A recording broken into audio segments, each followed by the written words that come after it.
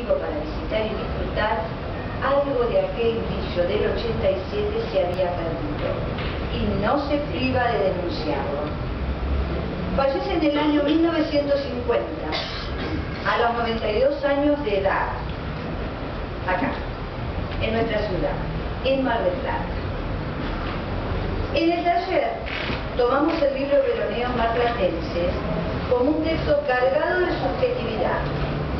Esta subjetividad construye el paisaje y la vivencia. Nos interesó su mirada sobre el paisaje. El texto es la mirada del día. El texto es el paisaje del día. Entre todos, durante el segundo cuatrimestre, quisimos representar en este juego de cubos el paisaje del día. Mari, Regina y Edith ya nos lo armaron.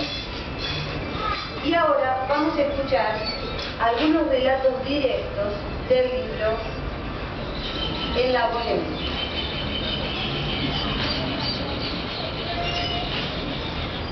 En 1923, Elvira nos dice: qué lejos está de aquel verano de 1887, en el que se inauguró el primer veraneo, cuya sede fue el Gran Hotel.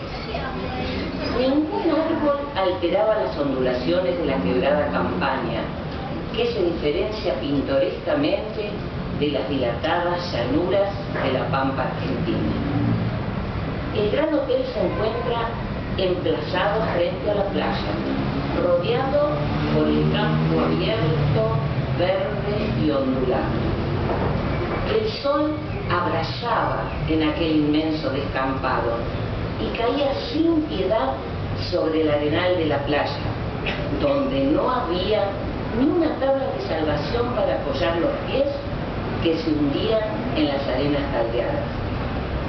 En las noches oscuras, después de comer, todo el grupo veraneante salía en procesión, de dos en dos, por la angosta acera, de piedra tosca frente al edificio y en las demás a suelo limpio, bordeados por ladrillos de canto. La procesión marchaba lenta, sin más luz que la que proyectaban las puertas y ventanas del hotel.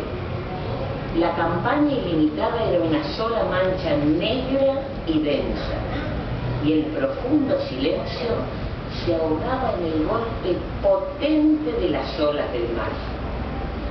En cambio, se charlaba a viva voz y se reía expansivamente cuando el frío, el viento o la lluvia obligaban a los huéspedes a agruparse en el salón. Un cuarto de escasas dimensiones, con una fila de modestas sillas en su contorno. Todo su lujo era el piano.